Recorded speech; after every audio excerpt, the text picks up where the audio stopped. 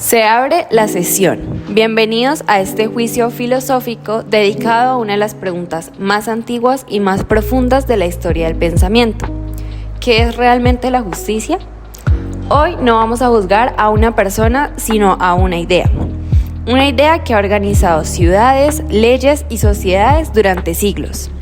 La justicia está hoy en el banquillo de los acusados. Se le reprocha no ser una verdad universal, sino una construcción creada por quienes tienen el poder. Exactamente, señoría. Mi objetivo hoy será demostrar que la justicia no es un valor absoluto ni una virtud natural. En realidad, muchas veces funciona como un instrumento político, un conjunto de reglas creadas por quienes gobiernan para mantener su dominio. Y yo defenderé lo contrario. Intentaré mostrar, siguiendo el pensamiento de Platón, que la justicia no es solo una convención social, es un principio mucho más profundo, un equilibrio interior del alma humana y la condición necesaria para que una sociedad pueda funcionar de manera armoniosa.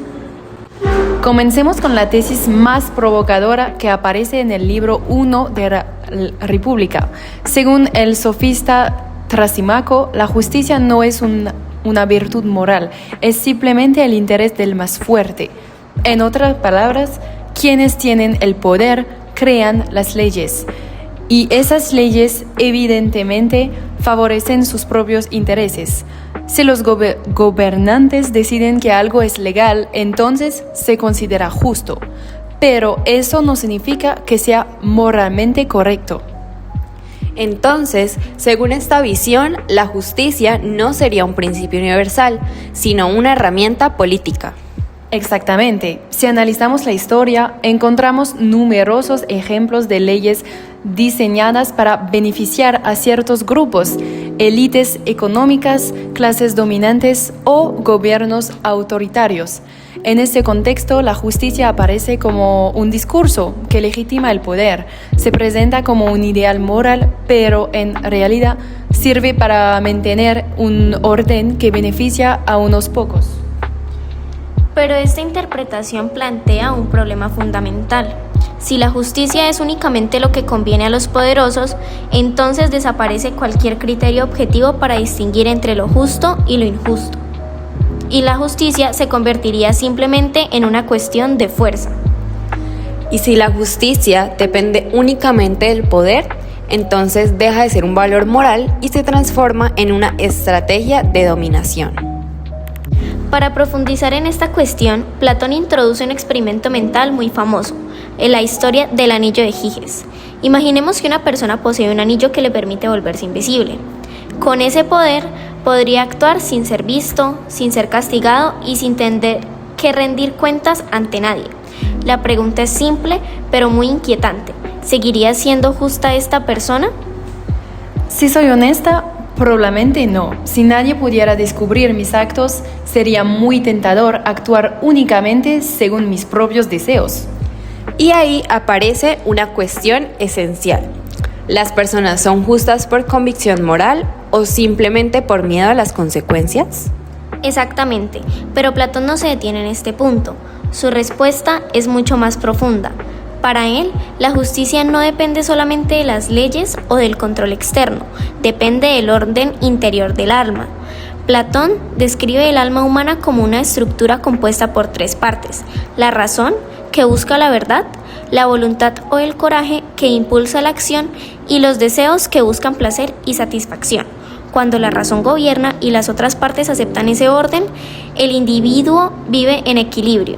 Ese equilibrio interior es lo que Platón llama justicia. Entonces, la injusticia no sería simplemente violar una ley. Exacto, ser injusto significa ser dominado por los deseos, vivir sin control y sin armonía interior.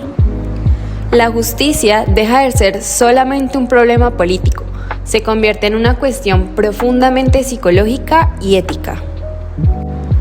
Si la justicia es un equilibrio interior, la pregunta es inevitable.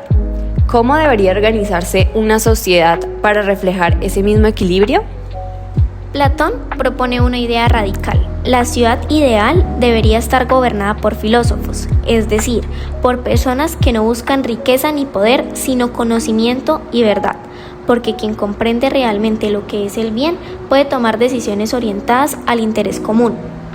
Pero Platón también propone medidas bastante radicales. Sí, por ejemplo, sostiene que los gobernantes no deberían tener propiedades privadas ni intereses personales fuertes. La razón es simple: cuando el poder político se mezcla con intereses personales, aparece la corrupción. También introduce una idea sorprendente para su época: la igualdad entre hombres y mujeres en el acceso al poder. Exactamente.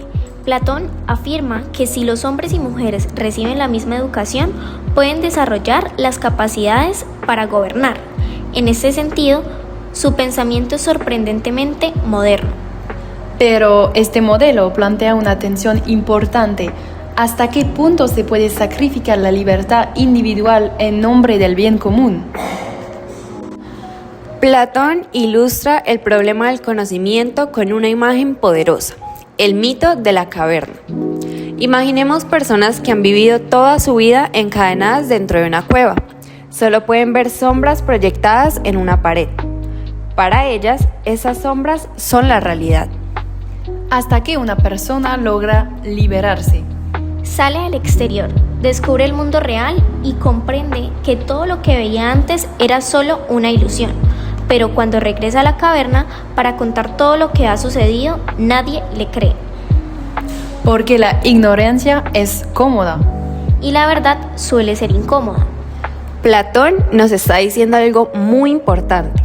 El conocimiento no es solo un privilegio intelectual, también es una responsabilidad política.